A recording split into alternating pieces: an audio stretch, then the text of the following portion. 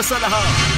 Lalabas ang warrant of arrest na ni Sara Diskaya itong linggong ito at hindi na rin magtatagal ang pag-aresto sa kanya. Magpapatuloy ang investigasyon, magpapatuloy ang pagpapanagot. Mga kapatid, alas 5:30 na. Ito na mga bumabanderang balita. Kusang sumuko, Sara Diskaya humarap sa NBI kahit wala pang arrest warrant. Never surrender, si Senator Robin Padilla naman pinayuhan ng kalyado si Senator De La Rosa na huwag susuko sa mga dayuhan. Utos sa Kongreso, mga panukalang batas kontra political dynasty at reforma sa party list, pinamamadali ni Pangulong Marcos.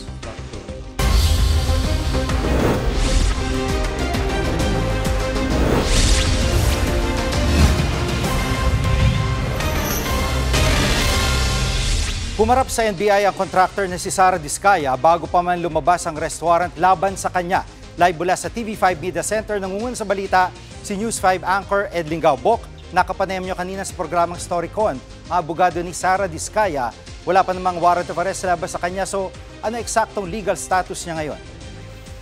Well, Jiggy, kausap nga namin kanina si Cornelio Samaniego, yung abogado ni Sara Diskaya sa programang Storycon. At pagkakadescribe niya dun sa sitwasyon ni Sara Diskaya at this particular time is para siyang visitor sa NBI.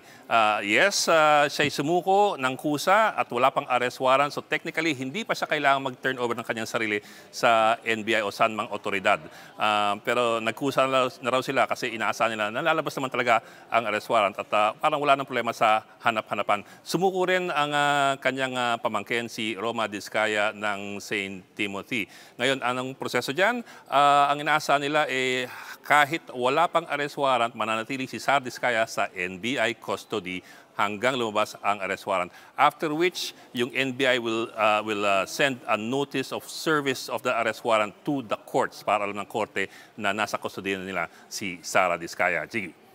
At bakit daw nagdesisyong umarap sa NBI si Sara Diskaya? May kinalaman ba ito sa pahayag ni PBBM kanina?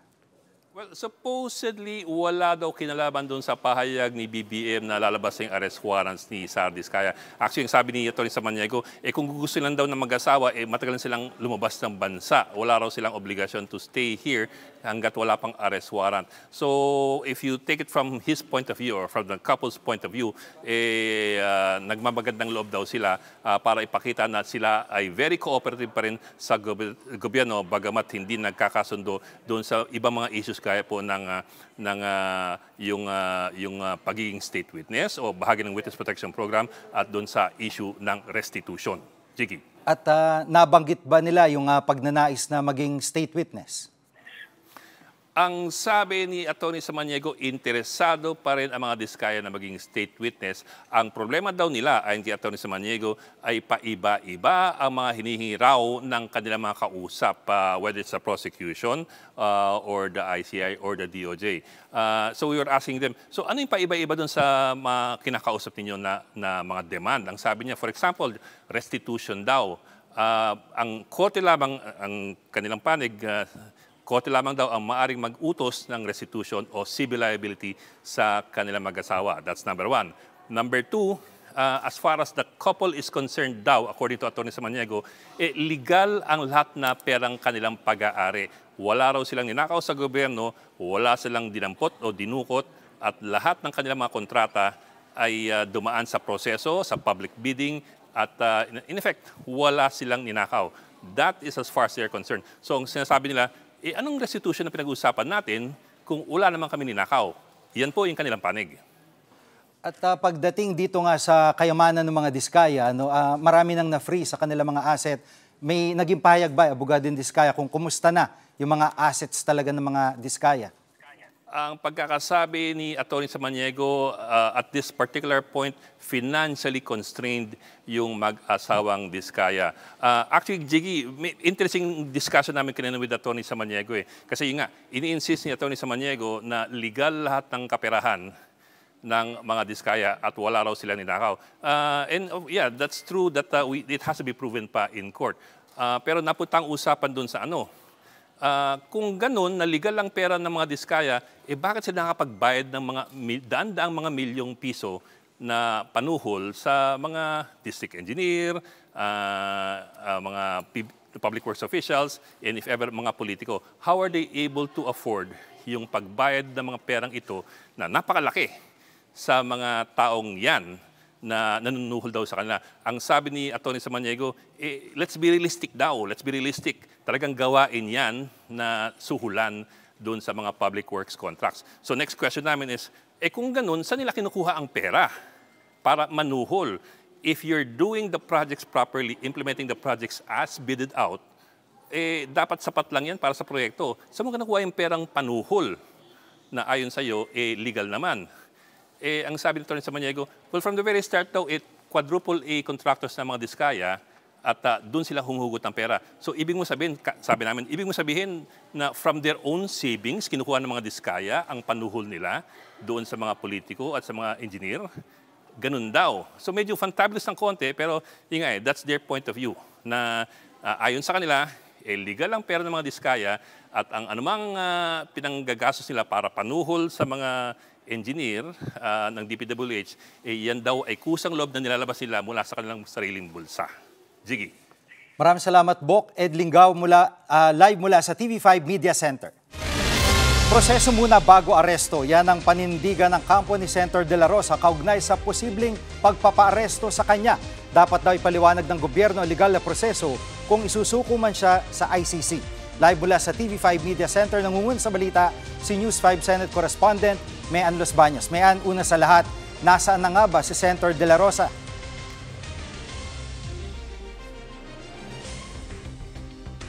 Babalikan po natin na si Mean, kaugnay pa rin ang update sa sitwasyon ni Senator De La Rosa.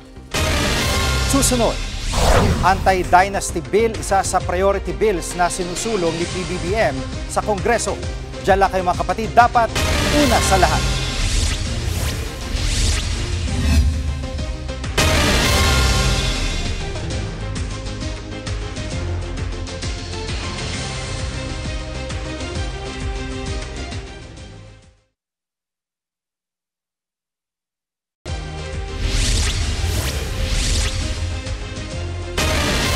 Balikan po natin ang ulat ni Mean Los Baños. Nanindigan ng kampo ni Senator De La Rosa na dapat paliwanag ng gobyerno legal na proseso kung isusuko man siya sa ICC. Mean, na una sa lahat, nasa na nga ba si Senator De La Rosa?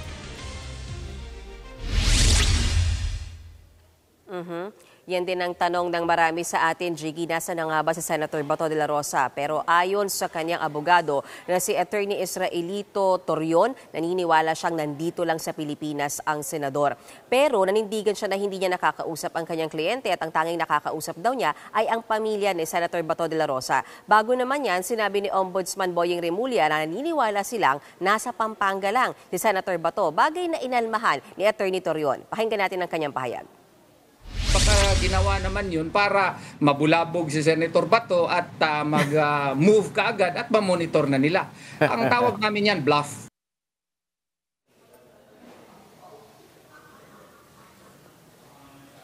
Jiggy, maging ang PNP, no, sinasabing wala silang impormasyon kung nasaan o kahit anong sighting kay Senator Bato de la Rosa. Nakausap ko rin si Senate President Tito Soto, natanong ko siya at ayon sa kanya wala pa rin daw silang komunikasyon ni Senator Bato hanggang ngayon. Wala rin daw paalam kung siya ba ay leave na o absent na hanggang sa end of the year. Alam nga natin, hindi na siya nagpakita simula nung mag-resume ang session noong November 11. At tinanong ko rin Senate President Tito Soto kung paano kung mag-surface si Senator Bato at piliin na magkubkob o magtago sa loob ng Senate building. Dahil alam natin, hindi pwede ang kahit anong arrest kapag ang senador ay nasa loob ng Senate premises. Bagay na hindi na sinagot ni Senate President Soto. Jiggy? At Mean, kung hindi nakakausap ni Attorney Torion si Senator De La Rosa, paano nila pinag-uusapan yung magiging legal strategy nila? Ang gusto ngayon, Jiggy, ng kampo ni Senator Bato de la Rosa, magkaroon ng clear-cut guidelines mula sa pamahalaan, gayon din sa Korte Suprema, paano ba yung proseso ng pag-implement ng ICC warrant. Ano? Gusto rin daw malaman ni Senator Bato kung ano yung kanyang mga karapatan sa ilalim ng ating batas. So ano ba yung batas na yan? Yan yung Republic Act 9851 o yung Philippine International Humanitarian Law. Ano? Wala kasi yung IRR, kumbaga walang paliwanag kung paano ba ini-implement i-implement yung pag-surrender o pagsuko sa isang Pilipino papunta sa isang foreign entity gaya nga ng ICC. Narito ang bahagi ng pahayag ni Atty. Torion. Presumably, yes, if the judicial processes would be clarified, no, as to what would be his rights if he would be surrendered.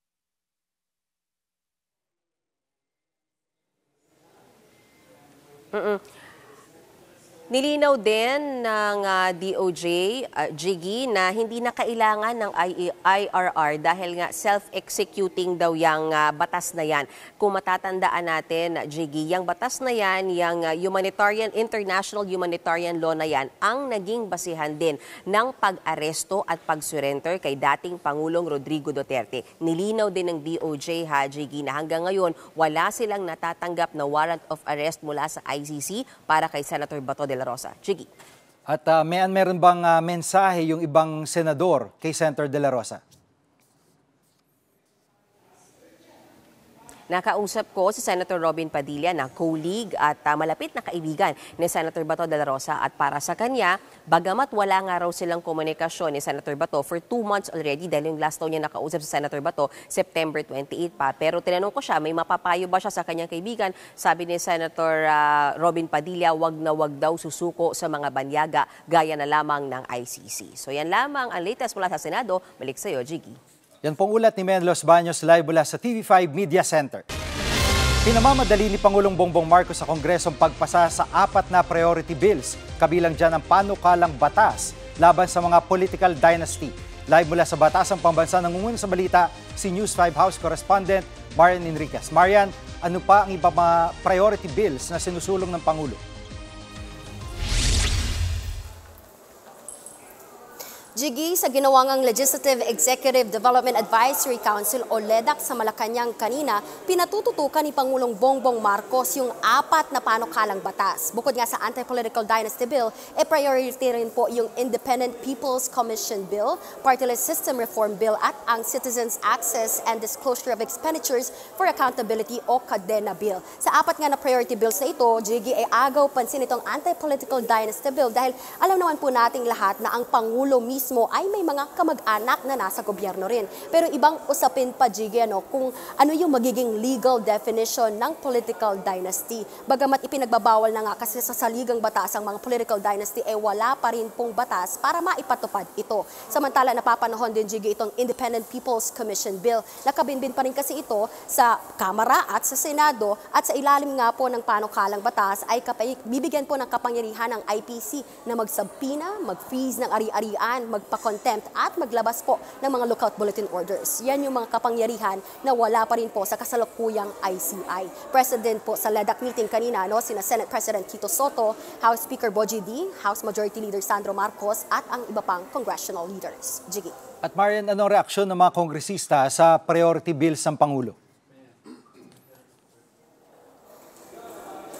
Jiggy, alam mo, bagamat nga ikinatuwa ng ilang House Minority Leaders itong pahayag ng palasyo, nakukulangan pa rin daw sila. Para nga kay House Deputy Minority Leader at ML Party List Representative Leila De Lima, gayon din kay Akbayan Party List Representative Percy Sendanya, dapat pong i-certify as urgent ang mga ito. 4 na session days na lang kasi, Jiggy, yung natitira bago mag-break ang Kongreso ngayong Disyembre. Narito ang kanilang mga pahayag. Kailangan ay lubos-lubusan na sana yung ginawa ng Pangulo. Diniretso na niya na sinertify as urgent para sigurado na maisa sa batas na rin bago yung break ng Kongreso. Sa dulo, hanggat wala siyang action, para sa your word is good but we need actual action.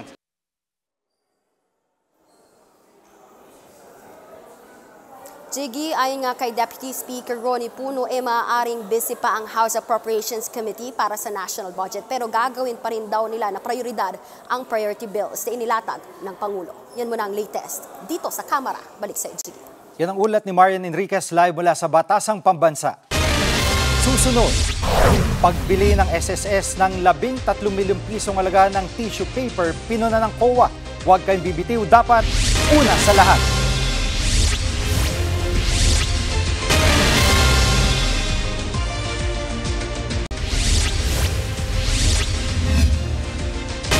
Naglabas ng freeze order ang Court of Appeals laban sa assets sa magkapatid na kongresistang sina Eric at Edvic Yap. Bukod sa pagiging kontraktor umano, inaakusahan din silang tumanggap ng pera mula sa mga diskaya. Live mula sa TV5 Media Center, nangunguna sa balita si News 5 Palace correspondent Maricel Alili. Maricel, mismong si Pangulong Marcos ang nag-anunsyo niyan kanina, anong mga ari-arian ng mga Yap ang sakop ng freeze order? Tama ka dyan, Jiggy. Doon sa video message na inilabas ni Pangulong Bongbong Marcos, kasama daw doon sa freeze order yung mga personal assets at accounts ni Benguet Representative Eric Yap at ACT-CIS Party List Representative Edvic Yap. Kabilang na rin doon sa mga inutos para ipa-freeze ay yung nasa 280 bank accounts, kasama na rin dyan yung ilang mga insurance at air assets ng Silver Wolves Construction Company at ng Skyyard Aviation Corporation. Sinasabi kasi na nakatanggap din ng kickback itong mga ito mula nga doon sa flood control project at mula dyan sa mga diskaya. Partikular dito sa Silver Wolves Construction Corporation, umaabot daw ng higit kumulang 16 billion pesos yung kanilang transaction mula taong 2022 hanggang 2025. At karamihan daw dyan ay may kinalaman doon sa mga flood control project ng DPWH. Pakinggan natin yung sinabi ni Pangulong Bongbong Marcos. Kailangan natin ang mga freeze order na ito para hindi maibenta ang mga ari-arian at para maibalik natin sa ating mga kababayan ang bawat pisong pinaghihinalaang ninakaw. At Maricel, anong update dun sa mga kinasuhan kaugnay sa ghost project sa Davao Occidental? Jiggy, bago sumuko si Sara Diskaya sa NBI ngayong hapon, doon sa video message ni Pangulong Bongbong Marcos, inanunsyo na niya na lalabas daw yung arrest warrant laban dito kay Sara Diskaya within the week. Ito ay kasunod nga noong video message din na sinabi niya last week wherein nagkaroon na ng rekomendasyon para sampahan ng Ombudsman ng malversation at saka ng paglabag sa Graft and Corrupt Practices Act. Etong si Sara Diskaya at siyam na iba pa, kaugnay pa rin ito nung sinasabing ghost project na nadiskubre dyan sa Davao Occidental. Maliban dyan, sinabi rin ni Pangulong Marcos na kanina ay nagsumiti na rin daw ng sulat itong 8 DPWH personnel na may kinalaman din dyan sa Davao Occidental na project ng intensyon ng pagsuko kasunod nga nung naging pahayag ni Pangulong Marcos. At yan muna ang latest. Balik sa iyo, Jiggy. Yan ang ulat ni Maricel Alili live mula sa TV5 Media Center. Sinitan ng Commission on Audit ang SSS dahil sa pagbili nito ng higit 13 milyong pisong halaga ng tissue paper. Base sa 2024 annual audit ng COA, bumili na mahigit 140,000 rolyo ng tissue ang SSS. Lagpas daw yan sa kailangan ng ahensya para sa 2 buwang supply. Sa sobrang dami, hindi na rin daw ito nagkasya sa bodega ng SSS. Git ng COA, hindi na pagplanuhan ng maayos ang pagbili sa tissue. Dapat daw sana ginamit na lang ang pondo para sa mga pensioner. Wala pang payag ang SSS tungkol dito. Kami ang inyong mga kapatid sa Balitan at Public Service, dapat una sa lahat. Abangan niyo po ulit kami bukas dito sa TV5, 1PH, RPTV, True TV at 105.9 True FM.